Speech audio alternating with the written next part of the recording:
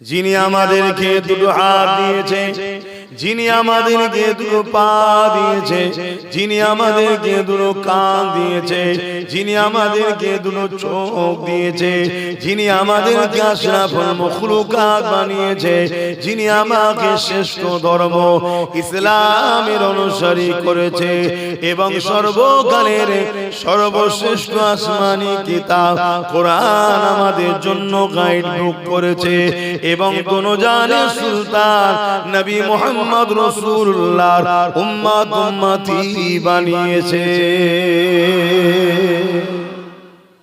সেই আল্লাহর জন্য নিচেতে বসতে হবে। তিনি বলছেন যে এখানে কোরআনের মাহফিল হয়, দ্বীনের আলোচনা হয়, ওই জায়গায় যারা গিয়ে বসে আমার রাসূল বলছেন আল্লাহ খুশি হয়। জোরে বলুন সুবহানাল্লাহ। আর কি চাও? আমাদের মিশন তো একটাই, দুনিয়াবি জিন্দেগিটা আল্লাহর খুশির রাস্তায় চালাবো। যেখানে খুশি নয় যাব না, তাতে যে চটে চটুকগে যাক, আমার দেখার দরকার নাই, কারণ আমার স্রষ্টার আগে কেউ নেই। কি কথাটা ভুল হলো? সে যেই হোক, প্রতিবেশী হক আছে ভালোবাসবো, অমুসলিমের সঙ্গেও মিশতে হবে, তারাও মানুষ ভালোবাসবো, সহযোগিতা করব, পিয়ার করব, একসাথে উঠা বসা করব, দেশকে ভালোবাসতে হবে, দেশের যারা যে যা পদে আছে সে পদকে সম্মান করব, ভালোবাসবো, কিন্তু আল্লাহ ও রাসূলকে নারাজ করে। আল্লাহ ও রাসূল যেদিন নারাজ হয় কারো সঙ্গে মিশতে, কাউকে সম্মান করতে, কাউকে ভালোবাসতে, সে যদি আমার আপনজন হয় তার সাথেও আমি মিশতে রাজি নই। কেন? আমার মূল সবকিছুর টার্গেট একটাই হবে, মান আহাব্বা লিল্লাহ ওয়া আবগাদা লিল্লাহ ওয়া আতা লিল্লাহ ওয়া মানা লিল্লাহ ফাকাদ ইস্তাকমালাল ঈমান। ভালোবাসবো আল্লাহর জন্য, দুশমনি করব আল্লাহর জন্য, আত্মীয়তা করব আল্লাহর জন্য, বিচ্ছেদ হব আল্লাহর জন্য, এরাই হলো প্রকৃত ঈমানদার, এরা ঈমানের মজা পেয়ে থাকে। ঈমান যে কি মজার জিনিস তারাই পায় যাদের মিশন একটাই থাকে, যে আমার স্রষ্টা তিনি সবকিছু আমার, আমার বলে কিছু নেই, আমার ইচ্ছা বলে কিছু নেই, আমার খুশি বলে কিছু নেই, আমার দেখা বলে কিছু নেই, আমার শোনা বলে কিছু নেই, আমার চলা বলে কিছু নেই।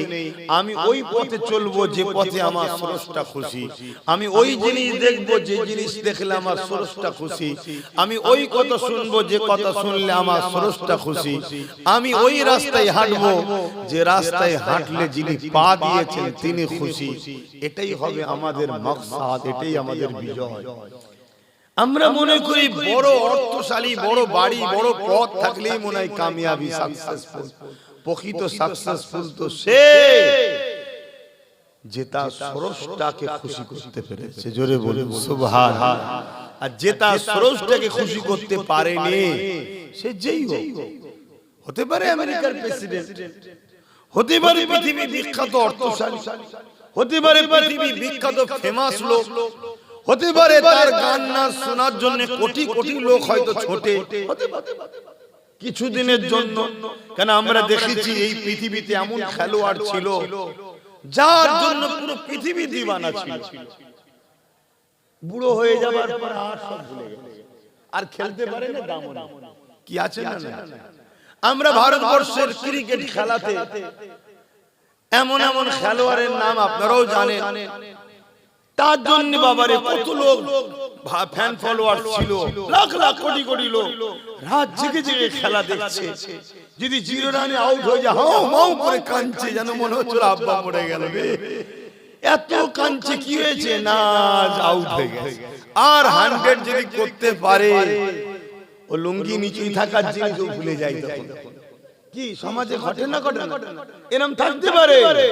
কিন্তু তোমার খেলোয়াড় যেদিন আর ব্যাট চালাতে পারে না, সেদিন তার ভ্যালু আউট। তুমিও তাকে ছেড়ে দাও আস্তে আস্তে, ধরি আর চলবে না। নতুন ওই ব্যাটম্যানটা উঠেছে, দেখ ভালো খেলছে, আবার আবার প্রেম অন্য জায়গায় চলে যায়। কিন্তু যারা আল্লাহ ও রাসূলের হয়েছে, যুগকে যুগ পার হয়ে চলে যাচ্ছে, তাদের প্রেমিক দিনকে দিন বেড়েই চলেছে, বেড়েই চলেছে, বেড়েই চলেছে। কোনদিন তাদেরকে কেউ বাদ দেয় না আর ভুলতে পারে না।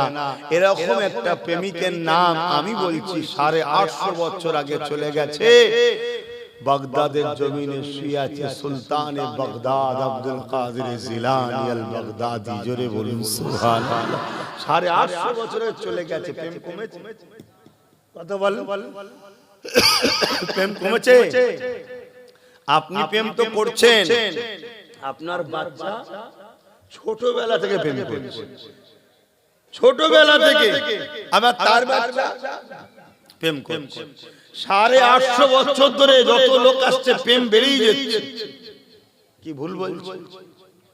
আজ থেকে 800 বছর আগে এই হিন্দুস্তানে একজন চলে গেছে, যার নাম হলো হযরতে মুঈনুদ্দিন আজমিরি। প্রেম বেড়েছে না কমছে? বলুন বলুন। দাদু গেছে আজমির শরীফে, বাপও গেছে আজমির শরীফে, ছেলেও বাপের সাথে গেছে। ফটো মাজারে দেখালে কে বলছে এটা আমাদের খাজা হুজুর, চুমু খেচ্ছে। কি গো ভুল বলছি? একটু কথা বলো, ভুল বললাম কেন? এটা অরিজিনাল জায়গাতে এনারা কানেকশন রেখেছে। এ প্রেম কখনো বৃথা যাবার নয়। এ যত বুড়ো হবে, যত দিন যাবে, যারা আল্লাহ ও রাসূলের হবে, তাদের মাকাম আল্লাহ তত দুনিয়াতে ফেমাস করবে এবং আখিরাতেও এনারা শান ওয়ালা হবে। জোরে বলুন সুবহানাল্লাহ। তাই যুবকদের বলি, দুনিয়াদারি করতে হবে, কারবার করতে হবে, ব্যবসা করতে হবে, সংসার করতে হবে, বন্ধুত্ব করতে হবে। অমুসলিমের সঙ্গেও দুনিয়াদারিতে মানুষ মিশবে, মিশতে হবে। অমুসলিম বিপদে পড়লে সাথ দিতে হবে। সব করো, লিডার হবে একজন মুহাম্মদুর রাসূলুল্লাহ। জোরে বলুন সুবহানাল্লাহ। আল্লাহ নবীকে আমাদের জন্য আল্লাহ মডেল বানিয়ে দিয়েছে। লাকাদ কানা লাকুম ফি রাসূলিল্লাহি উসওয়াতুন হাসানা। তুমি নামাজ পড়বে, আমার নবীকে দেখো। রোজা রাখবে, আমার নবীকে দেখো। হজ করবে, আমার নবীকে দেখো। দান করবে, আমার নবীকে দেখো। সংসার করবে, আমার নবীকে দেখো। সন্তানদের বিবাহ দেবে, আমার নবীকে দেখো। প্রতিবেশীর সঙ্গে কিভাবে সম্পর্ক রাখবে, আমার নবীকে দেখো। এ দুনিয়ার মানুষেরা, তোমার ধর্মনীতি, তোমার সমাজনীতি, তোমার পরিবার নীতি, তোমার রাজনীতি, তোমার রাষ্ট্রনীতি, তোমার এডুকেশন নীতি, তোমার লাইফের প্রতিটা মুহূর্ত আল্লাহ পাক আমার রাসূলকে মডেল করেছে। নবীকে ফলো করে করো। নবীকে ছাড়া অন্য কোন কাউকে ফলো করলে চলবে না। কেননা অন্য কোন মডেলটাই হলো সাকসেসফুল নয়। একমাত্র সাকসেসফুল মডেল হলো আমিনাল্লাহ মুহাম্মাদুর রাসূলুল্লাহ। আরো জোরে বলুন সুবহান। একমত নাকি? আমার সাথে একমত নাকি? হ্যাঁ, তবেই কামিয়াবি। এটা একটা পরীক্ষার জন্য এসেছি। কেউ 30, কেউ 40, কেউ 50, কেউ 60, কেউ 70, কেউ 80, কেউ 90, কেউ 100। 100 পার হচ্ছে না, 80 পার হতে চাইছে। কথা বুঝা? যদিও পার হতো, এক ভ্যাকসিনে সব সাইজ হয়ে যাচ্ছে। যেগুলো ভ্যাকসিন নিয়েছে ও তাড়াতাড়ি চলে যাচ্ছে। যাক, আল্লাহ সব হায়াত দারাজ করুক। বলুন আল্লাহুম্মা আমিন। তো যাই হোক, তাহলে ধরুন 100, 150, 200 চলো তো একদিন যেতে হবে। চলো তো যেতে হবে। এই টোটাল জীবনটা আপনার দুনিয়াতে শুধুমাত্র আল্লাহর পরীক্ষা। যা জমিন আমার, আসমান আমার, চাঁদ আমার, সূর্য আমার, গাছপালা, তরু লতা, নদী নালা, খাল বিল, পাহাড় পর্বত সব আমার। লিল্লাহি মা ফিস সামাওয়াতি ওয়া মা ফিল আরদ। জমিন আসমানের মধ্যে যা কিছু আছে সব কিছুর একজন মালিক। তিনি কে? সবাই জবান খুলে কে? আল্লাহ, অন্য কেউ মালিক নয়। লাহু মুলকুস সামাওয়াতি ওয়াল আরদ। জমিন আসমানের একটাই বাদশা, তিনি হলেন আল্লাহ। জোরে বলুন। কাউকে কাউকে আল্লাহ দায়িত্ব দেয় যে এলাকাটা তুই চালা, এলাকা তুই চালা, তুই এলাকা চালা, কিন্তু যারা নসিবওয়ালা হয় তারা ঠিকভাবে চালায়, কিয়ামত দিন সম্মানিত হবে। যারা কপাল ফাটা হয় পাওয়ার পেশা লুটতে শুরু করে দেয়। কথা বুঝে আসছে না? নাই, লুটে লুটে লুটে লুটেই মরে যাবে, নিজেকে ভোগ করতে হয় না। এইটা হচ্ছে ব্যাপার। কিন্তু প্রকৃত মালিক সবকিছুর একজনই, তিনি হলেন আল্লাহ। আমাদেরকে পাঠিয়েছে দুনিয়ায় পরীক্ষা নিতে, যা আমাকে ভুলে যাবি না, আমার হুকুম মতো চলবি, আমাকে প্যার করে চলবি, আমাকে খুশি করে চলবি, আমি যাতে রাজি সেই কাজ করবি। তুই যদি দুনিয়াতে গিয়ে আমাকে না ভুলিস, আমি আল্লাহ তোকেও ভুলবো না, দুনিয়াতেও তোর গার্ড দেবো, আর পরকালেও আমি তোকে জান্নাত দেবো। জোরে বলুন সুবহানাল্লাহ। আর দুনিয়ার রং তামাশাই যদি ওই ছোট হুজুর পীর কেবলা বলতেন, গিলটি চমকে সোনা ভুলে গেলি, দুনিয়ার যদি 2 নম্বর দেখে অরিজিনাল ভুলে যাস, আমি আল্লাহ তোকে দুনিয়াতেও ছেড়ে দেবো, আখিরাতেও তোর জন্য জাহান্নাম। তবে হ্যাঁ, আমি যাকে ভালোবাসবো, এই ভালোবাসার পরীক্ষা তার থেকে নেব। তুমি আমাকে ভালোবাসো বলো, আমি তোমার পরীক্ষা নেই। তাহলে স্রষ্টাকে ভালোবাসি বলি, আল্লাহ বা তোমার আমার পরীক্ষা নেবে। এই পরীক্ষা বিভিন্ন ধরনের হয়। কাউকে আল্লাহ গরিব অভাব দিয়ে পরীক্ষা নেয়, কাউকে আল্লাহ ধন দৌলত দিয়ে পরীক্ষা নেয়। যে অবস্থায় থাকো না কেন, অভাব গরিব যদি হয়, সে যদি সবর করে ধৈর্য ধরে, আল্লাহ তাকে প্রিয় বান্দাদের দলভুক্ত করে দেয়। আর যদি আল্লাহ তাকে মাল ধন দৌলত সম্মান ঢেলে দেয়, সে যদি অহংকারী না হয়ে শুকরিয়া আদায় করে, আল্লাহ আল্লাহ আল্লাহ মাথা নত করে আল্লাহর কাছে থাকে, আমার আল্লাহ তাকেও সম্মানিত করবে। আবার কাউকে আল্লাহ বিমা দিয়ে পরীক্ষা করে, আল্লাহ কারো সন্তান কিনে নিয়ে পরীক্ষা করে, আল্লাহ কাউকে সন্তান দিয়ে পরীক্ষা করে। এ যুবকেরা, আবার আল্লাহ কাউকে জালিম শাসকের অন্তর্ভুক্ত আন্ডারে রেখে তাকে আল্লাহ পরীক্ষা নেয়। যে কোনো অবস্থায় থাকেন না কেন, আপনাকে মনে রাখতে হবে আমার আল্লাহ যাতে রাজি, আমি সেদিকে থাকবো। আপনাকে মনে রাখতে হবে, মাতা কুমর রসুল ফাগুযুহু ওয়া মা নাহাকুম আনহু ফান্তাহু। আমার নবী যা আদেশ করেছে মেনে নেব, আমার নবী যা নিষেধ করেছে ছেড়ে দেব। এই আদর্শে যদি আপনি জীবন করতে পারে, তাহলে দুদিনের দুনিয়ায় হয়তো একটু কষ্ট পরীক্ষা দিতে হবে, কিন্তু মনে রাখবেন পরকাল আপনার সুখ শান্তিতে ভরিয়ে দেবে। এই যে না দেখে বিশ্বাস, এটাই তো ঈমান। পৃথিবীতে এই ওয়াহিদ একমাত্র আমরা ইসলামের অনুসারী, আমরা না দেখে বিশ্বাস করি, ঈমান এনেছি। আমানতু বিল্লাহি ওয়া মালাইকাতিহি ওয়া কুতুবিহি ওয়া রাসূলিহি ওয়াল ইয়াউমিল আখির ওয়াল কদরি খাইরি ওয়া শাররিহি মিনাল্লাহি তাআলা ওয়াল বা'স বা'দাল মাউত। এই যে আমরাই বিশ্বাসী, স্রষ্টা একজন আল্লাহ। কেউ দেখেছেন? জোরে বলে।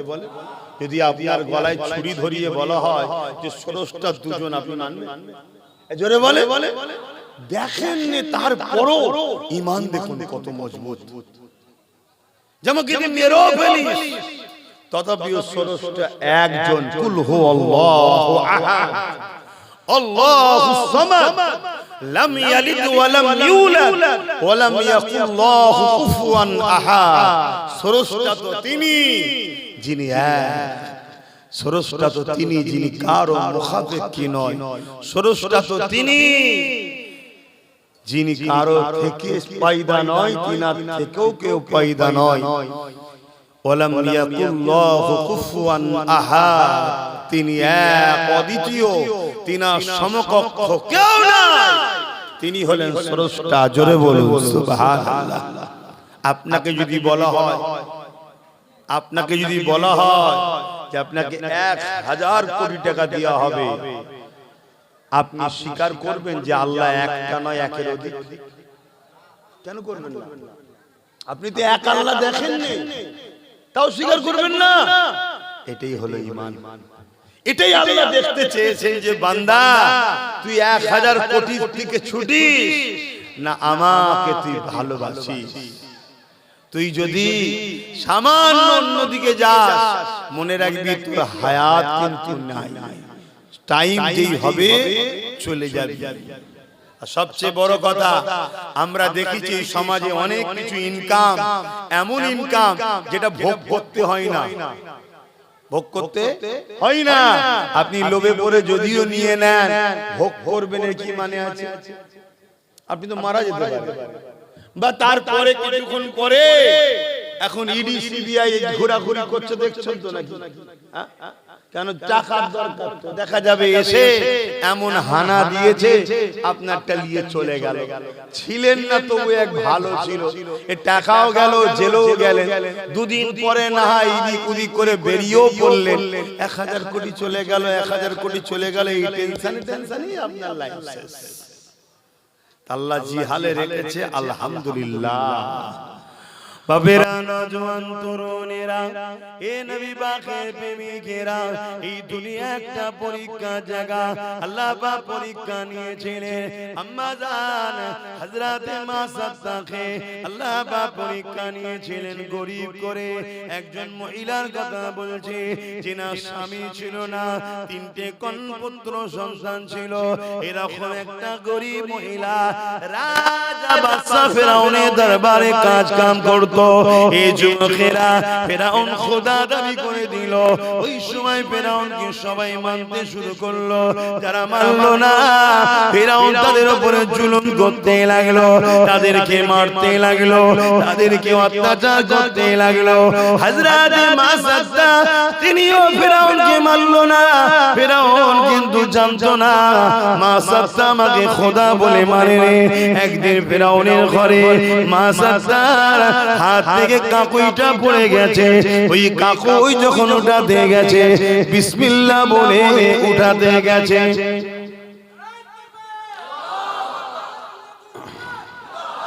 যখনই বিসমিল্লাহ বলে তুলেছে ভাই চালাতে লাগলো, দিয়ে যা দিয়েছি তো বিরাট নিচুই নিবিয়ে দেন, হালকা হালকা হবে, নিচুই নিবিয়ে দেন।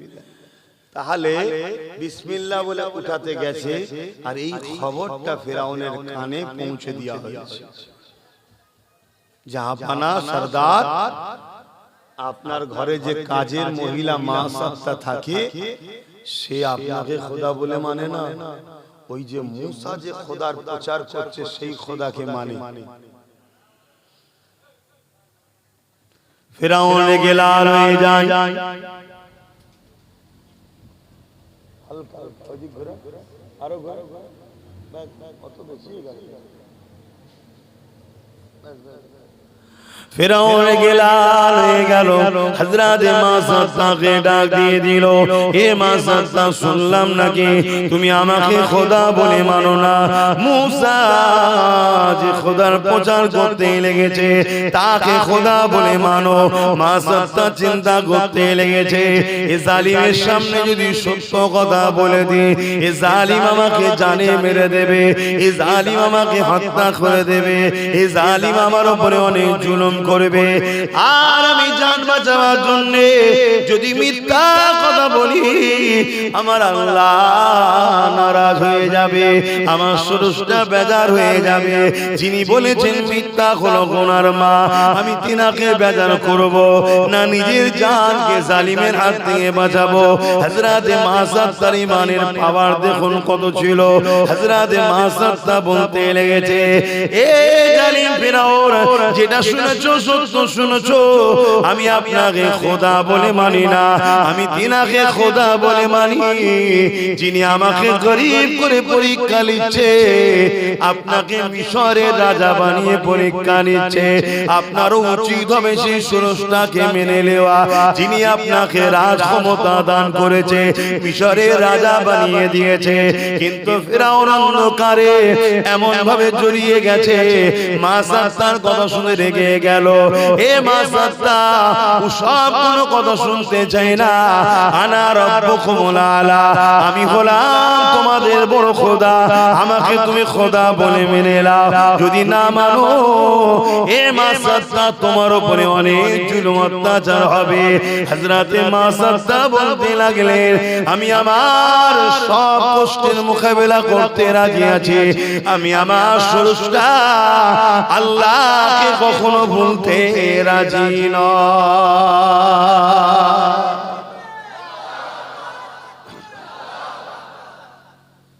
আল্লাহ যাকে ভালোবাসে পরীক্ষা নেবে। গোপনে গোপনে কলেমা পড়েছিল, মুসা নবীর উম্মত হয়েছিল। দেখুন কাকুই উঠাতে গেল, আল্লাহ প্রকাশ করে দিলেন। দেখি মা সাত্তা ও কতটা মহব্বত করে। দ্বিতীয় আমাদের জন্য শিক্ষা যে প্রেমিক আমার দাবি করলে শুধু হয় না, আমার প্রেমিক যারা হয় তারা তো বেলালের মতো হয়, আমার প্রেমিক যারা হয় তারা তো সুমাইয়া আম্মার মতো হয়, আমার প্রেমিক তো তারা হয় যারা সিদ্দিক আকবর ফারুক আজম উসমান গনি মাওলা আলীর মতো হয়, আমার প্রেমিক তো তারা হয় যারা ফুরফুরার শেখ জবানার মুজাদ্দিদ আবু বকরের মতো হয়। জোরে বলুন সুবহানাল্লাহ। পরীক্ষা নেবেন, যদি পরীক্ষা না নিত তাহলে এই আলোচনাটা আমিও জানতে পারতাম না আর আপনাকেও শোনাতে পারতাম না, আর আপনারাও অবাক হয়ে শুনতেন না যে আল্লাহর প্রেমিক কাকে বলে। দেখ মা সাত্তার দিকে দেখ, আর আমরা কি করছি? হ্যাঁ, আমরা কি করছি? আমরা তো হক হালালটাও বাঁচার সময় নেই। ঘর থেকে খেয়ে বেরোবার পরেও যদি কোন দাদা ডেকে বলে কোথায় যাচ্ছে এদিকে আয়, এলে এক কাপ চা খা, অথচ দাদার পয়সা 2 নম্বর জানি আমি। কথা বুঝছেন না? বলছেন না, এক কাপ চা ফ্রিতে পেয়েছি, ওই লোভও সামলাতে পারছি না। আবার এটাও হতে পারে না খেলে যদি টার্গেট করে, না খেলে যদি টার্গেট করো, আমার পয়সা তোর খেতে মন যাচ্ছে না, ভারী সুপি সাহেব হয়ে গেছি, দাঁড়া, তোর ঘরটা আটকে দেবো, তোর ড্রেনটা বন্ধ করে দেবো, তোর রাস্তার সামনে বেড়া দেবো, তোর জমি দখল করে নেবো। এই ভয়ও আমাদের মধ্যে অনেকে থাকে। কথা ঠিক বলছি তো নাকি? নানান জ্বালা, কিন্তু মনে রাখবে ভয় তো আল্লাহকে করতে হয়। আল্লাহ সূরা রহমানের মধ্যে বলছেন, ওয়ালিমান খাফা মাকাম রাব্বিহি জান্নাতান, যারা আমি আল্লাহ আমাকে ভয় করে, এ দুনিয়া মানুষের আমি আল্লাহ তাদের জন্য দুটো দুটো জান্নাত দেব। এমনি হয়ে যাবে নাকি জান্নাত? এমনি হয়ে যাবে? দুনিয়ায় সামান্য একটা ছোট্ট পদ বাঁচাবার জন্য তোমার দুনিয়ার নেতাকে কত খুশি করতে হয়, করতে হয় না? হয় না? ওসব জানি না। এ মাসের শেষে 2 লাখ পাঠিয়ে দিবি, আর নাই তোর জায়গায় অন্যজনকে দিয়ে দেবো।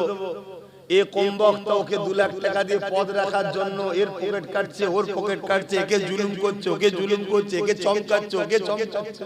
কি করে না করে না? আর ও যে 2 লাখ পেচ্ছে কেউ জানে না, সব দুশ্মনের হচ্ছে। কথা বুঝছেন না?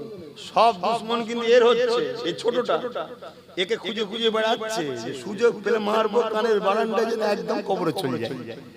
কেন জেলিয়েছে তো, কিন্তু ওপরে বসে সব ভিআইপি হবে, টাকা তুলে নিচ্ছে। কি ও কথা খারাপ লাগছে নাকি? আমরা সবাই জানি ঘুষ কারা খায়। বলুন বলুন বলুন না, ঘুষ আমাদের এই যে সমাজের মধ্যে আমরা এক কথাই যদি বলা হয় যে ঘুষটা কে নেয়, কারা নেয়? সবাই বলবে পুলিশ নেয়, তাই তো নাকি? সবাই এক কথাই বলবে পুলিশ নেয়। কেন বলেন? পুলিশ ওই নিচুই দাঁড়িয়ে 10 টাকা 20 টাকা 100 টাকা করে চাই বলে আমরা জেনে গেছি, কিন্তু অফিসে বসে বসে কোটি কোটি টাকার কাগজ এদিকের ওদিকের, এর রেকর্ড ওর নামে, ওর রেকর্ড ওর নামে, এর জমি ওর নামে, ওর জমি ওর নামে, কোটি কোটি টাকার লেনদেন এদিক ওদিক করে ঘুষ চলছে। এটা কিন্তু কেউ বুঝতে পারেন না, তাকে আবার স্যার বলা হয়। হয় না? হয় না? তাহলে এই যে ছোট নিচুই যে সে চাইছে সবাই জেনে গেছে, এজন্য সবাই বলে পুলিশ ঘুষ খায়। কিন্তু আমি আপনাদেরকে বলবো সবাইকে এভাবে আমভাবে বলা একটা অন্যায় কথা হবে, কারণ ইসলাম যে দোষী নয় তাকে দোষ দিল পাপের বোঝা আপনার ঘাড়ে চাপবে। সব প্রশাসন ঘুষ খায় না। অনেক প্রশাসন আছে যারা নিজেদের উপযুক্ত ক্যারিটে, নিজেদের যোগ্যতায়, নিজেদের দক্ষতায় তারা চাকরি পেয়েছে, তারা কোনো নেতা চাটুকারি করে না। তারা বুঝে আসছে, হ্যাঁ তাদের জন্য কিন্তু জুলুম হয়। কিরম জুলুম হয়? এখানে দুদিন আসতে না আসতে বলবে অমুক জায়গায় চলে যাও, ওখানে দুদিন যেতে না যেতে অমুক জায়গায় চলে যাও। হ্যারাসমেন্ট করছে কেন? ও মাথা নত করে নেতায়। তবে কিছু বাপের বেটা আছে প্রশাসন, তারা মাথা তারপরেও কখনো নত করে না। যেখানেই যায় বুনো ওলগুলোকে পরিষ্কার করে দেয়। কথা বুঝে আসছে তো নাকি? এরকম আছে ভাই, ভালো ভালো লোক আছে। কে বলেছে? আমার জানা। সোজা আমি ওইদিকে যাচ্ছি না কারণ সময় কম, কিন্তু আমি একটা জিনিস বুঝাতে গিয়ে বলছি যে আম্মাজান মা সাত্তার উপরে কত লোক দেয়া হয়েছে। মা সাত্তা তোমাকে আজাদ করে দেওয়া হবে, তুমি যে গোলাম আছো আজাদ করে দেওয়া হবে। আর তুমি জানো তো আমি ফিরাউন কে? আমি রাজা মিশরের, যা খুশি তাই করতে পারি। তোকে যদি হত্যাও করে দিই আমার বিরুদ্ধে কথা বলার কেউ নেই। শুনছেন তো নাকি? এরকম পাওয়ার আমার। তোর এখনো সময় আছে, তোকে আজাদ করে দেব। তারপরে আবার লোক দিচ্ছে তোকে একটা বিরাট রাজপ্রাসাদ তৈরি করে দেব, সেখানে তুই থাকবি, শুধু আমাকে খোদা বলে মেনে নে। আম্মা জান একটাই কথা বলছে, এদিনে দুদিনে দুনিয়ার মায়া জালে জড়িয়ে, দুদিনে দুনিয়া লোক লালসায় জড়িয়ে আল্লাহ পাকের আযাবের গিলাস হতে পারবো না। আমার সুরজটাকে আমি নারাজ করতে পারবো না। যিনি আমার উপরে কত ইহসান করেছে, আমাকে জীব জন্তু না বানিয়ে আশরাফুল মখলুকাত বানিয়েছে, দুটো হাত, দুটো কান, দুটো চোখ, দুটো পা দিয়েছে। তিনি আমাকে কত সুন্দর করে জমিনে পাঠিয়েছে। এ ফেরাউন, তুমি যাই লোক দাও নাকি, যাই বলো নাকি, আমি তোমার কথা শুনতে পারবো না। উপরন্তু তোমার উচিত হবে, যিনি তোমাকে দুনিয়ায় রাজত্ব দিয়েছে, তুমি সেই স্রষ্টা আল্লাহকে মেনে নাও। আল্লাহকে যদি মেনে নাও, দুনিয়া তো তুমি রাজত্ব পেয়েছো, পরকালও তুমি শান্তি পাবে। এ দুনিয়ার মানুষেরা হযরতে মা সাত্তার কথা শুনে ফেরাউন রেগে গেল।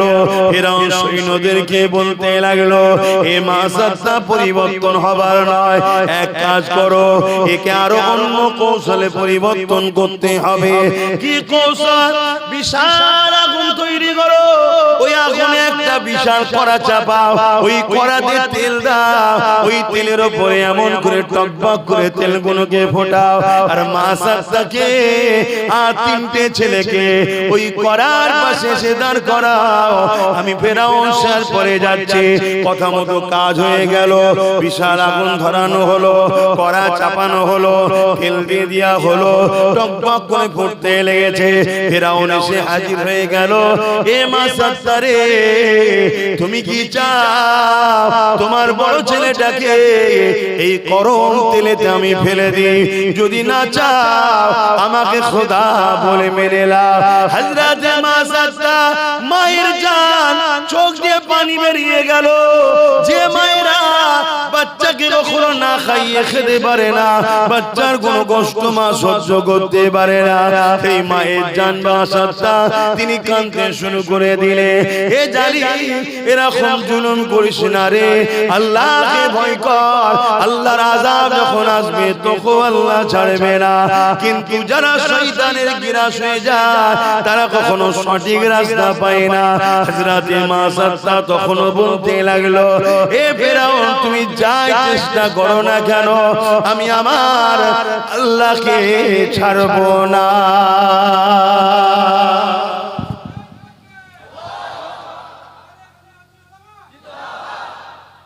এখনো আমাদের উপরে ছোটখাটো হলো পরীক্ষা হয় না, হয় না? কি হয় না, হয় না?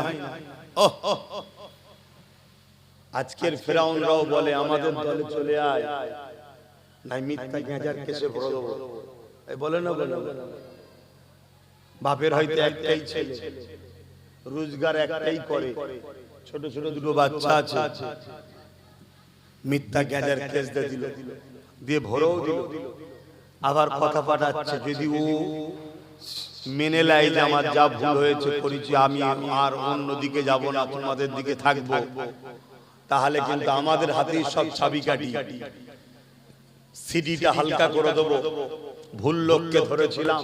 এই সব আজকে ফেরাউনরা করে না, করে না? আরে দুনিয়া উন্নত হয়েছে, এদের জুলুমের স্টাইলটা উন্নত হয়েছে, একই জিনিস। জালিম মানে ফেরাউন, জালিম মানে এজিদ, জালিম মানে নমরুদ, জালিম মানে বুশ, জালিম মানে আজকেও যারা করবে এদেরই বংশধর, এদেরই ক্যাটাগরি। কথা বুঝা?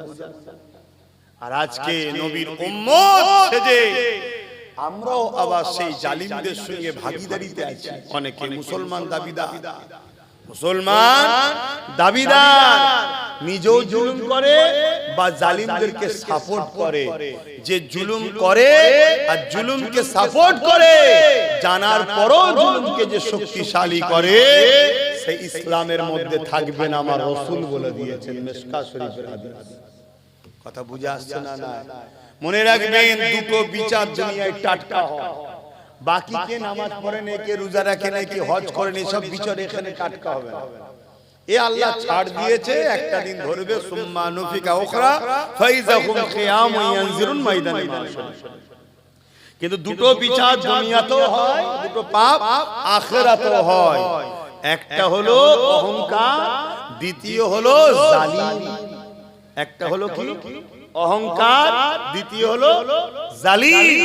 এই দুটোর বিচার দুনিয়াতেও হবে, আখিরাতেও হবে। শুনছেন? অতএব আমি আপনাদেরকে বলবো, যদিও আল্লাহর হকে কিছু ভুল ভ্রান্তি হয়ে যায়, আল্লাহর হক, নামাজ, রোজা, কথা বুঝা আসছে, এগুলো সব আল্লাহর দ্বীনের হক, এতেও যদি কিছু ভুল ভ্রান্তি হয়ে যায়, গান শোনা, যাত্রা, ফাংশন, টিভি দেখা, এগুলো সব আল্লাহ নিষেধ করেছে। এতে যদি কিছু ভুল ভ্রান্তি হয়ে যায়, যদি করেও ফেলে, আল্লাহর কাছে কাঁদলে আল্লাহ বলেছেন আমি তওবা করলে মাফ করে দেব। জোরে বলেন সুবহানাল্লাহ। কিন্তু বান্দার হক যদি মারে, বান্দা হক যদি মারে, আল্লাহ মাফ করবে? এই জোরে বলে। একটা লোক নিরীহ লোক, তার সবকিছুই ঠিক আছে, নামের বানান ভুল হওয়ার জন্য তাকে বলছে তুই নাগরিক নয়। এই কথা বুঝছেন না? তার বাপের নামের সঙ্গে একটা আগের পিছু কিছু টাইটেল মিলছে না, বলছে এই তো এখানকার নয়, এই তোর এই সমস্যা। এই কথা বুঝছেন? এই যে একটা মানুষের উপরে জুলুম, এই জালিম যারা, এদের মার দুনিয়াতেও হবে, আখিরাতেও হবে। আর এদেরকে যারা সাহায্য করবে, এরা দুনিয়াতেও তাদের সঙ্গে জ্বলবে, আখিরাতেও জ্বলবে। কথা শুনছেন? আজ যেটা মানুষের মধ্যে একটা আতঙ্ক, ছোট্ট ছোট্ট বাচ্চা নিয়ে সামনে শীত আসছে, এমনি তো লোকের ঘর ঘর নেই, গরিব মরে তো গরিবরাই। আমি ওই মরার কথা বলছি না, বিপদ বিপদ সব তো গরিবরাই পড়ে। হ্যাঁ, আজকে পঞ্চায়েত থেকে বিভিন্ন জায়গা থেকে ভোটার কার্ড, ভাই একটু সাইডে যাচ্ছি, খারাপ লাগছে না তো? কারণ এটা মানুষের জন্য বলতে, ইসলাম মানুষের জন্য কথা বলতে বলেছে। আজকে ভোটার কার্ড আছে, আধার কার্ড আছে, এখন বলতে চলবে না, অথচ এরাই ভোট দিল। বিগত 10-12 বার বা 5 বার 6 বার ভোট দিয়েছে।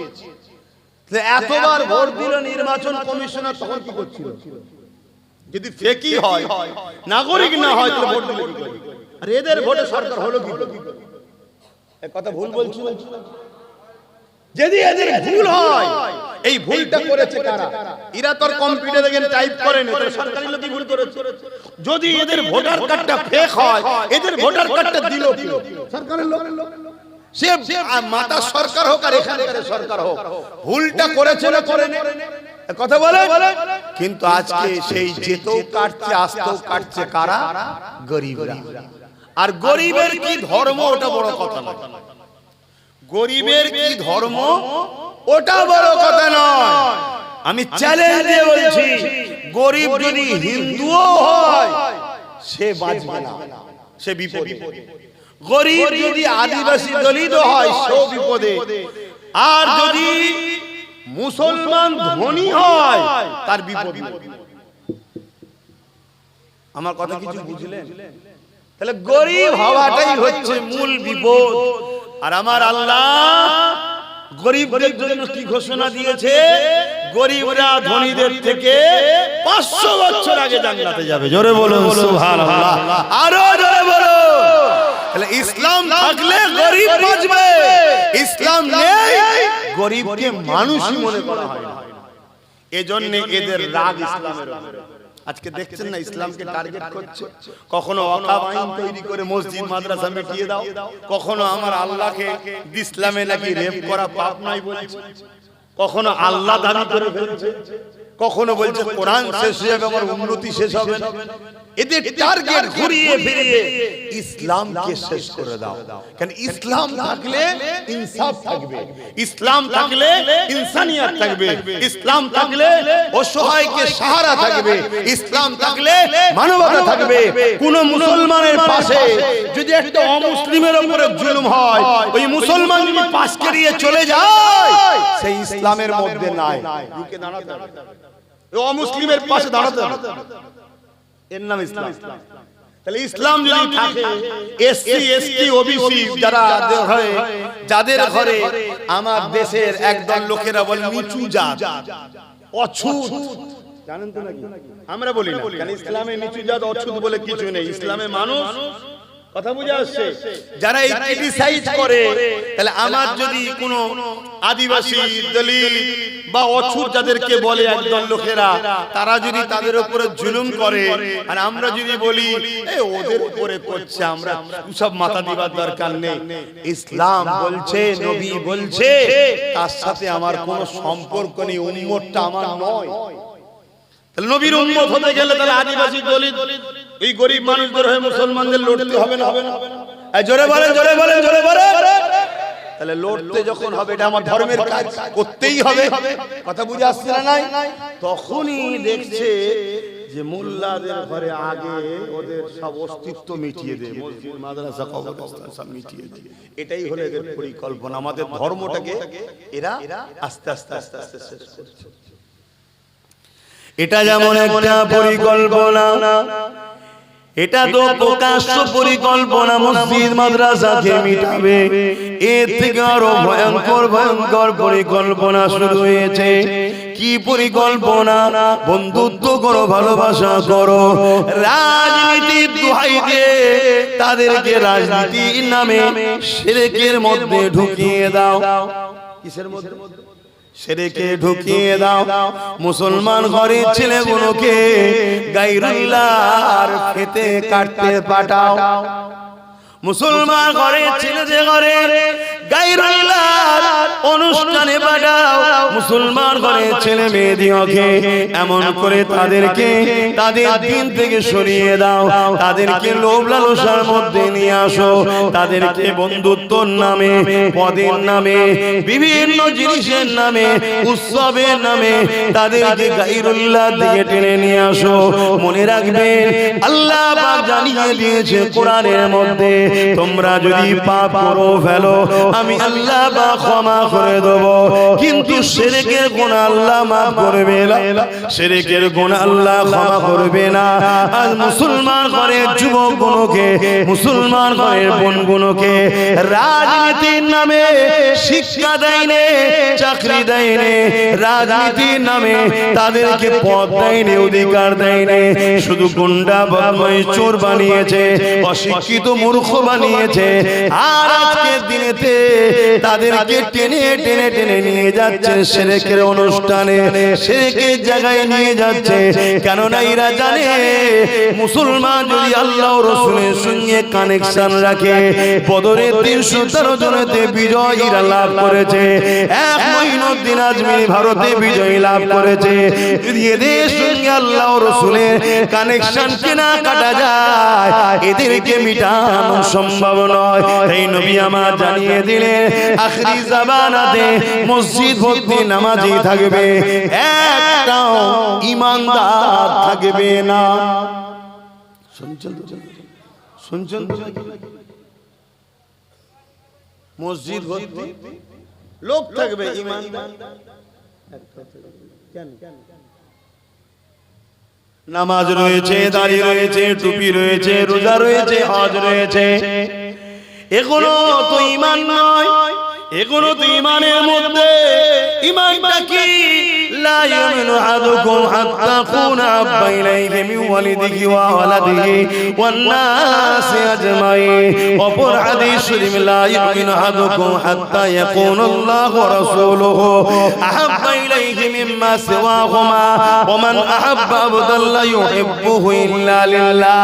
হে যুবকেরা, শুনে রেখে যাও, যতক্ষণ পর্যন্ত তোমরা তোমাদের জমি জায়গা, ঘর বাড়ি, বাপ মা, নেতা কেতা সবকিছু এমনকি নিজের জানের থেকে বেশি আল্লাহ রাসূলকে ভালো না বাসবে, ততক্ষণ পর্যন্ত তোমাদের ঈমান কামেল হবে না, ঈমানদার ততক্ষণ পর্যন্ত হবে না।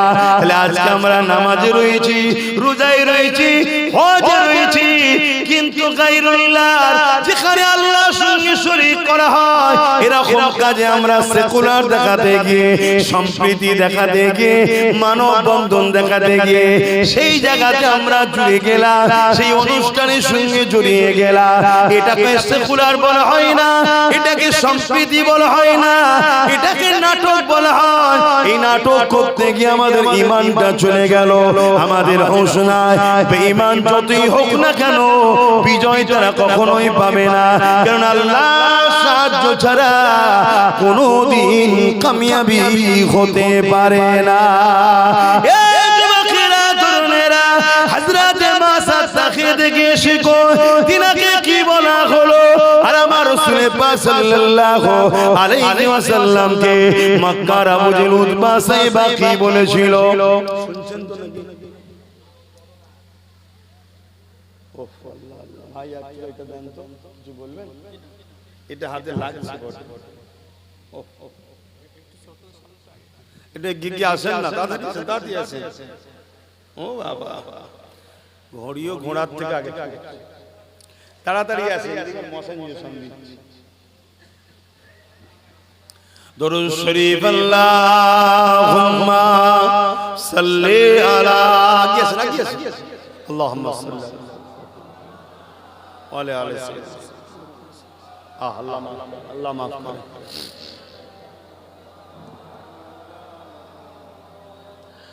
आने वालों ये तो बताओ शहर मदीना कैसा है।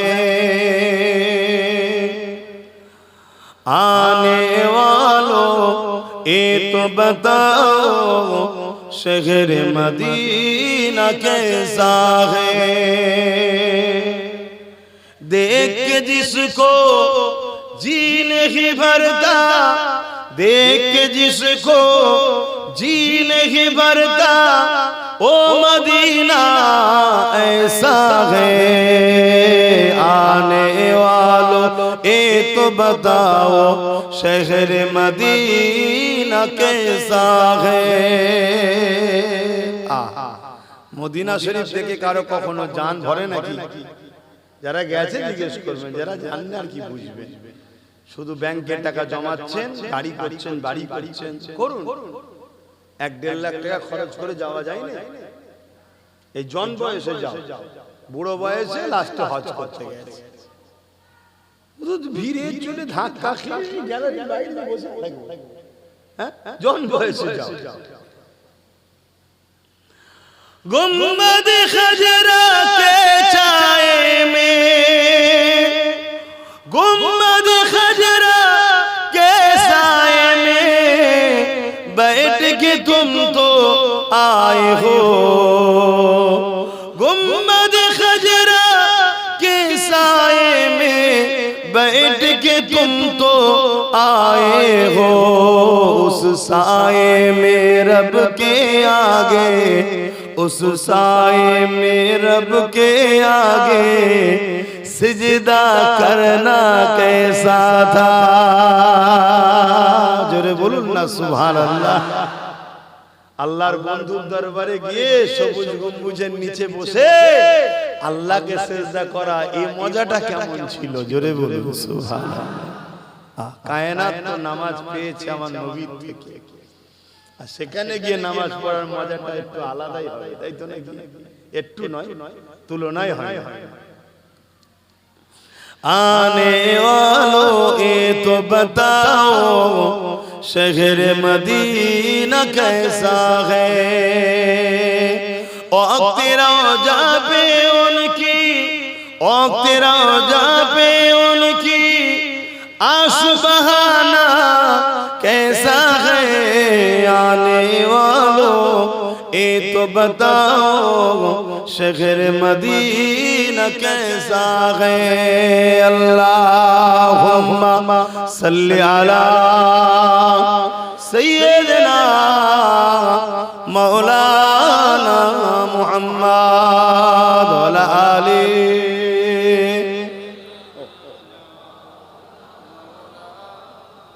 আমার আব্বা জানেরা, আমার মায়েরা, বোনেরা, বাপেরা, ভাইরা, আমাদের ডিউটি আপনাকে হকটা বলা, না হক থেকে দূরে থাকার মেসেজটা দেওয়া। নেবেন কি নেবেন না সেটা তো আপনার বিষয়, জবাব আমি লব না। ভুল কেন করলেন? জবাব আমি লব না। আমি কে? জবাব যিনি নেবেন তিনি তো আমার আপনার রব আল্লাহ। কিন্তু মনে রাখবেন, যেদিন জবাবটা লিয়া হবে সেই দিনটা এত কঠিন থাকবে, বাপ ছেলের হবে না, ছেলে বাপের হবে না, মা মেয়ের হবে না, মেয়ে মায়ের হবে না। এই জমিন লোহা যেমন লাল হয়ে হয়ে গরম হয়ে, লোহা আগুন হয়ে যায়, লাল হয়ে যায়, সূর্যের তাপেতে জমিনটা লাল হয়ে যায়। বর্তমান যে সূর্যের তাপ, এ থেকে 12 গুণ তাপ বেড়ে যাবে। আর মাথার এক বেগ দেখতে এক হাত উপরে নামিয়ে দেওয়া হবে, মাথার ঘিনু গুনু গলে গলে নাক দিয়ে ঝরে ঝরে পড়বে। যুবক, গান শুনেছো? এখনো মাপের রাস্তা খোলা আছে। সিনেমা দেখেছো? খোলা আছে। যাত্রায় চলে গেছো? খোলা আছে। নামাজ কাজা করেছো? তওবা করো, খোলা আছে। রোজা রাখতে পারোনি? রেখে তওবা করো, খোলা আছে। এখনো সময় আছে। কিন্তু আল্লাহ ও রাসূলের দ্বীনের যদি দুশমন হও, যদি শিরক করো, নবীর সাথে বিয়াদবি করো, নবীর দ্বীনে যদি দুশমনি করো, বা দুশমনদের সাথ দাও। শুনছো যুবকরা কি বলছে? এটা বলা দরকার আছে না? এটা যখনই বলবো সমস্যা কি হবে? যারা তোমাদেরকে ভালোবাসার নামে জাহান্নামের পথিক বানাচ্ছে, সেই দুনিয়াদার বেঈমান কাফের মুশরিক নেতাগুলো তখন আমার গালিগালাজ করবে, আমাকে ডিস্টার্ব করবে, আমাকে দাওয়াত করলে ডিস্টার্ব করবে। জলসা কমিটির উপরে চাপ হবে, জলসা কমিটিকে নানা রকম পেরেশান করবে, হ্যারাসমেন্ট করবে। আর জলসা কমিটিকেও বলে দিই, এইসব সহ্য যদি করতে পারো তাহলে আমায় নিয়ে এসো, আর নাই দূরে থাকো। তেল দিয়ে কথা আমি কারো বলতে পারবো না। কেন? এ দুটো হাত কারো বাপ আমায় দেয় না, এ দুটো চোখ কারো নানা দাদু আমায় দেয় না, এ দুটো পা আমার বাপ মা আমায় দেয় না। এই জিন্দেগিটা আমার বাপ মা দিওয়া নয়, এই জিন্দেগি আমাকে আমার আল্লাহ দিয়েছে। অতএব বাপ মাকে ভালোবাসতে আল্লাহর হুকুম। বাপ হলো জান্নাতের দরজা, মা হলো জান্নাত। তাই বাপ মাকে ভালোবাসতে হবে, এটা আমার আল্লাহ রাসূলের হুকুম। ভালোবাসো, আলহামদুলিল্লাহ। কিন্তু তা বলে এটা নয় যে আল্লাহ রাসূল ছেড়ে দিয়ে বাপ মার হুকুমে আল্লাহ রাসূলের বিরুদ্ধে কাজ করব না, ওটা চলবে না। কথা শুনছেন তো? এজন্য হক কথা বলি, বললে একটু ডিস্টার্ব হয়, জলসা কমিটির উপরে ডিস্টার্ব হয়, অসুবিধে হয়, চাঁদা অসুবিধে হয়। কথা বুঝতে? অনেক মানুষ দিতে চায়, কিন্তু বলে যদি জানতে পারি তোর ঘরটা বোল্ডুজার দিয়ে ভেঙে দেবো। সে চিন্তা করছে 100 টাকা দিতে গেছে, ঘরেই চলে চলে। কথা বুঝতে? তাহলে বলুন, এই জুলুমগুলো যারা করে তারা কি ফেরাউন নয়? এক কথা বলছেন না কেন? তোর ভালো লাগে না তুই নিবি না, যার ভালো লাগে সে নেবে। কি তুই তোর মতো বলবি, আমি আমার মতো বলবো? যার ভালো লাগবে আমার কথা সে নেবে, যার ভালো লাগবে তোর কথা তুই নিবি, নেবে। অসুবিধা কি আছে? বলছে না, আমি তো খুলনার মধ্যে ঝোড়া চাপা দিয়ে রেখেছিলাম। আব্বাস সিদ্দিকী খুলনাও খুলেছে, ঝোড়াও খুলে সব বার করে দিচ্ছে। বেরো, চলো গোলামি নয়, স্বাধীন হও, নিজের পায়ে দাঁড়াও। একমাত্র যদি কারো, একমাত্র যদি না একমাত্র আমরা দাস দাসী হলাম আল্লাহর। জোরে বলুন সুবহানাল্লাহ। আমাদের উপরে পাওয়ার চলবে আল্লাহ, আমাদের উপরে হুকুম চলবে রাসূলুল্লাহর, বাকি কারো না। ঠিক না বেটা? তোকে ভালো লাগে, ভালোবেসেছি, ভালোভাবে চলবি, সাথ দেবো। যেদিন মনে হবে তুই বদমাইশি করছিস, তোর থেকে সরে যাব, তুই বলবি না বদমাইশিও করবো, সত্যও দেবো না, এ দাদাগিরি চলবে না। এটা একমাত্র আল্লাহ ও রাসূলের মানায়, বাকি কারণ। কেন তারা কখনো জুলুম করেও না, করতে পারেও না, নামুমকিন। তারা আমার একজন স্রষ্টা, আর একজন হলো স্রষ্টার সঙ্গে আমাদেরকে জুড়ছে। জোরে বলুন সুবহানাল্লাহ।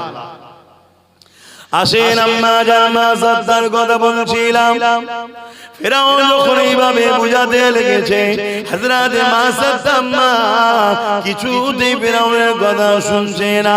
ফেরাউন রেগে গিয়ে সৈন্যদেরকে জাল্লাদকে হুকুম করে দিল, ছোট বড় বাচ্চাটাকে নিয়ে গিয়ে গরম করা তেলেতে ফেলে দিল। আরে ভেবে দেখো তো দেখি, সামান্য গরম হাঁড়ি যদি লেগে যায় কি কষ্ট না হয়। টকবক করা গরম তেলেতে হযরত মা সাদ্দার বড় ছেলেকে গরম তেলেতে ফেলে দিল। বাচ্চা ছটফট ছটফট করতে করতে থেমে গেল। এই যুবকেরা মায়ের চোখের পানি বুকে ভিজতে লেগেছে, গড়িয়ে গড়িয়ে পড়তে লেগেছে।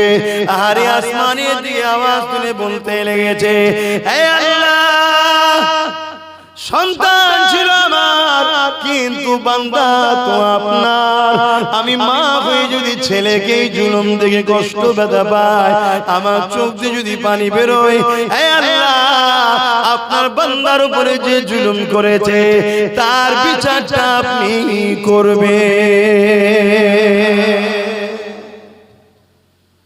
পরীক্ষা শুরু হয়েছে, আমাদেরও পরীক্ষা নেবে তো নাকি? হ্যাঁ, আমাদের অবশ্য পরীক্ষা খুব ছোট ছোট, এতেই ফেল হয়ে যাচ্ছে, আমরা এতেই ফেল হয়ে যাচ্ছে। আগেকার এই যে মুরব্বি বাপজান গুলো বসে আছে, আমার মনে হয় 7-8 ভাই বোন হবে, তাই তো নাকি আব্বা?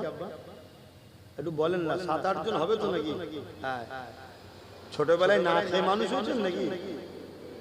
ছোটবেলায় না খেয়ে মানুষ হয়েছে, হয়তো আসাম এক বাটি খেয়েছেন। আপনার এক বাটি আসাম এখন 1000 পিস মুসাম্মি নেবুতেও তো উপকার নেই। ওই এক বাটি আসামে যাচ্ছিল, কি বলা ভুল হচ্ছে নাকি? হ্যাঁ, আমার আব্বা জানের মুখে শোনা যে বাবা তোমার ব্যাপারই আলাদা এখন, কিন্তু আমি রুটি আকাশের দিকে ধরলে রাত্রিরে চাঁদ দেখা যেত, এত পাতলা, তার ভিতরে মাঝে মাঝে ছিঁড়াও আছে। তাহলে বলো, কিন্তু এরপরও কেউ না খেয়ে অভাবী এরম কেউ ছিল না। বাপ ঠিক ছেলেকে খাইয়েছে, আল্লাহ খাইয়েছে বাপের ওসিলা। আর এখন একখানা দেড়খানা, মানে একটা এসেছে, একটা হয়তো আছে, আসবে। এতে আমাদের যা অভাব যেন শেষ হচ্ছে না। কি যত আছে আছে, তাও যেন হচ্ছে নেই।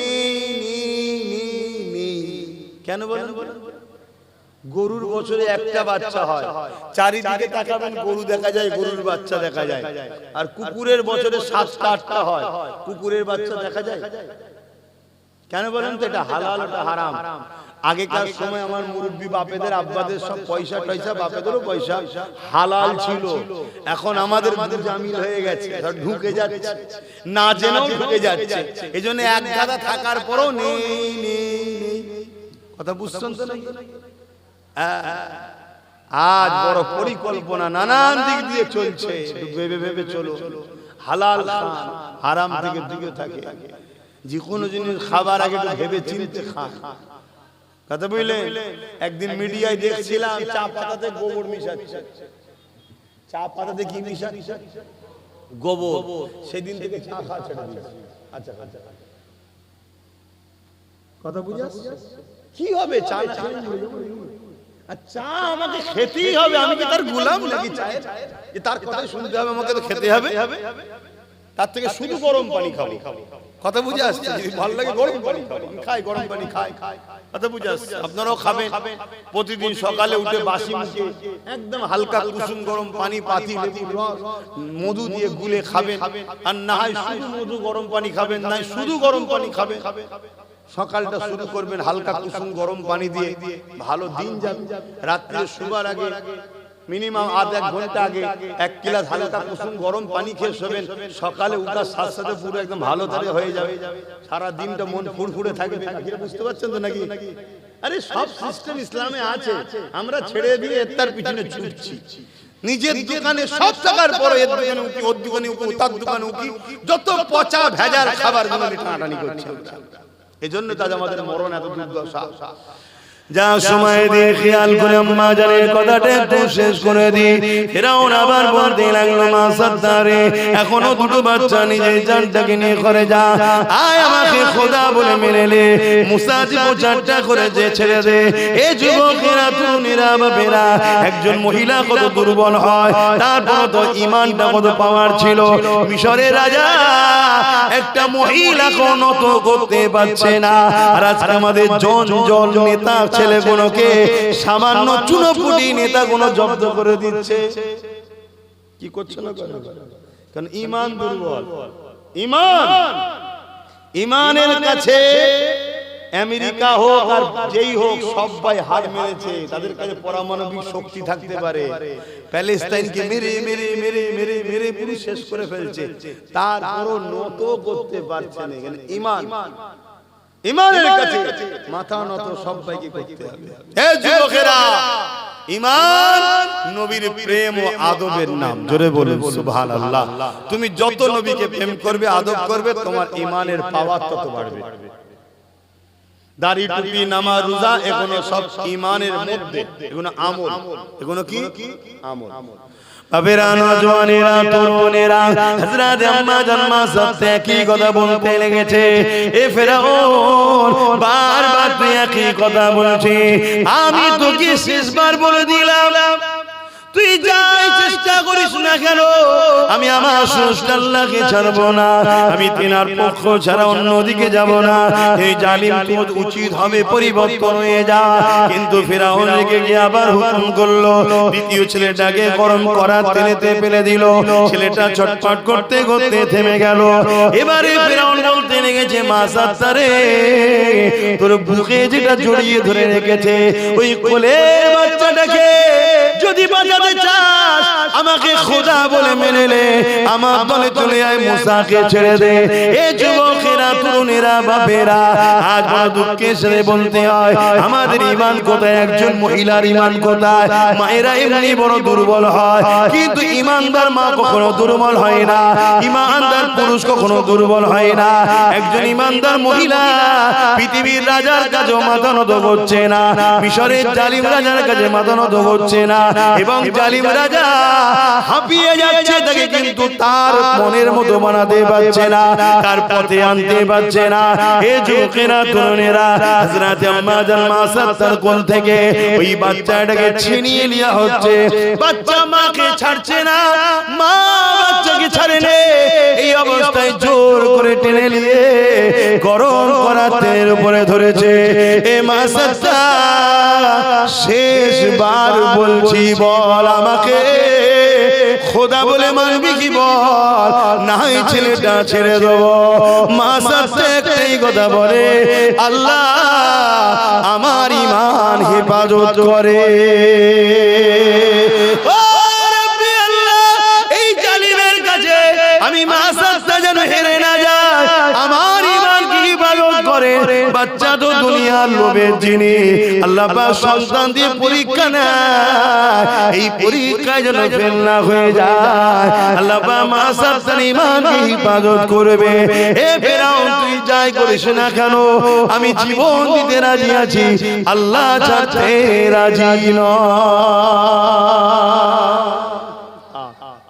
আল্লাহু আকবার, আল্লাহু আল্লাহু আকবার, আল্লাহু আকবার, আল্লাহ। তারপরে বাচ্চাটাকে, ছোট বাচ্চাটাকেও করাতে ফিরআউন ছেড়েছিল। কত জুলুম হয়েছে ইমানদারদের মুসলমানদের উপরে, এই জুলুম কিন্তু আগামী দিনে আমাদের উপরে আসছে। এই যে হালকা হালকা হচ্ছে, এই হালকাতে আমরা যদি শুধরে না যাই, আগামী দিনে এই ভয়ঙ্কর আসবে, এই ভয়ঙ্কর আসবে। বড় বড় ক্যাম্প তৈরি করা হবে, সেই ক্যাম্পে নিজে বন্দী করা হবে, ভরা হবে। সেই ক্যাম্পে যদি আপনার একটা বাচ্চা জন্মগ্রহণ করে নারী, তাকে হত্যা করে দেওয়া হবে। আর যদিও কোনো নারী বেঁচে যায়, যদি রূপবান হয়, সুন্দরী হয়, বড় বড় সাহেবদের রাত্রিরে ভোগের পাত্রী হবে। ভাষা খারাপ লাগছে নাকি? কিচ্ছু হাকিকতটা বলে যাচ্ছে। মিলিয়ে লিও, বেঁচে থাকি জানা থাকি, রেকর্ড তো হয়ে আছে, মিলিয়ে নেবে। এসব পরিকল্পনা হচ্ছে, বিরাট প্ল্যান চলছে। আর এই প্ল্যানের বিরুদ্ধে আব্বাস সিদ্দিকী লড়াই করে যখন তোমাদেরকে আহ্বান করছে, আসো আমার সাথে শক্তিশালী করো। কেন লোহা কাটতে গেলে লোহা দরকার, লোহা কাটতে গেলে লোহা দরকার। ইনি মৌলানা সাহেব, ইনি ইমাম সাহেব, আমি পীরজাদা পীর সাহেব, বক্তা সাহেব, ইনি ইমাম সাহেব, মৌলানা সাহেব, আলেম সাহেব, ঠিক আছে। কিন্তু আমরা এই সমাজের মানুষকে বাঁচাবার জন্য যখন মেসেজ দিচ্ছি যে আসো, অন্যায়ের প্রতিরোধ করার জন্য ঢাল দরকার, ঢাল তৈরি করো। আমার কওমের লোক, জাতির লোক ভুল বুঝছে, এই কথা বুঝছেন না? এত ভয়ানক দিন আসছে আগামী দিন, কি ভয়ানক পরিস্থিতি। তো ভাইয়েরা আমার, হযরত আম্মা জান মা সাত্তা হুজুর চোখ ভরা পানি নিয়ে কাঁদছে, আল্লাহ আল্লাহ, এই কঠিন মুহূর্তে আপনি আমার ঈমানকে বাঁচান, কঠিন মুহূর্তে আপনি আমার ঈমানকে বাঁচান আল্লাহ। ঠিক এই সময়ে মা সাত্তাকে আবার অফার দেওয়া হচ্ছে, মা সাত্তা তোর জানটাও কমসে কম বাঁচা। ওই সময় ওই শুনছেন, করার ভেতর থেকে গরম যে তেলে তিনটে ছেলে ছটফট করতে করতে জান বেরিয়ে ঠান্ডা হয়ে গেল, সেই তিন ছেলের জবান থেকে আওয়াজ আসছে, মা এটা দুনিয়াতে লোক দেখছে গরম করা তেল, কিন্তু এই গরমের মধ্যে আল্লাহর জান্নাতের স্বাদ আছে। জোরে বলুন, আরো জোরে বলুন। এ মুসলিম উম্মাহ, এ যুবকেরা, তোমরা দেখছো আব্বাস সিদ্দিকীর দিকটা বড় ভয়ঙ্কর, বড় বিপদ, বড় জুলুম, বড় কষ্ট। আল্লাহর জাত পাকের কসম করে বলছি, এর মধ্যে যে শান্তি আছে, তোমার এই জালিম অত্যাচারী জুলুমের সাম্রাজ্যের দিকে সে শান্তি নাই। আমি তোমায় বলছি, মিলিয়ে নাও, শান্তি নাই। কথা মাথায় ঢুকছে না? আরে মৃত্যু তো তোমারও হবে, আমারও হবে। মৃত্যু তো জালিমেরও হবে, মজলুমেরও হবে। মৃত্যু তো মিথ্যাবাদীদেরও হবে, সত্যবাদীদেরও হবে। মৃত্যু তো ধনীরও হবে, গরিবেরও হবে। মৃত্যু তো অন্যায়কারীদেরও হবে, ন্যায়পরায়ণদেরও হবে। কিন্তু মনে রেখে দিও, ন্যায়পরায়ণকারীরা, সত্যবাদীরা, মজলুমেরা, ইনসাফ পরায়ণকারীরা হয়তো গুটি কত দিন একটু পরীক্ষা আল্লাহ লিখছে, তাই কষ্ট লাগছে তোমাদের নজরে, কিন্তু যারা প্রকৃত প্রেমিক হয় তাদের একটা আনন্দও লাগে। এ বিষয়ে আর একটা আম্মার কথা বলি। আমার রাসূলুল্লাহর কলিজার টুকরি খাতুন জান্নাত ফাতেমা তাজহারা রাদিয়াল্লাহু তাআলা আনহার কথা বলি। এ যুবকেরা, তরুণেরা, আজ আমার মায়েদেরকে দূর থেকে আওয়াজ দিয়ে বলি, মা মশলাটা জেনে নাও, স্বামী যদি হারাম ইনকাম করে, মহিলাকে যদি স্ত্রীকে, কন্যা সন্তানকে খাওয়ায়, এর জন্য ওই কন্যাকে, ওই স্ত্রীকে জবাব আল্লাহর কাছে দিতে হবে না। শুনছেন তো? কেন পুরুষের আন্ডারে মহিলা, বিবাহের আগ পর্যন্ত একটা মেয়ের তার থাকা, খাওয়া, ওষুধ পানি, পড়াশোনা, সমস্ত কিছু দায়িত্ব হলো বাপের।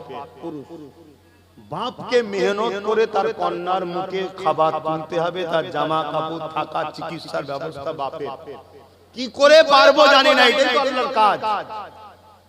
পেরে তোমাকে পরিশ্রম করতে হবে, হালাল ইনকাম করতে হবে। কে বলেছে জমিনে আল্লাহর রহমত রুজি ভরে আছে?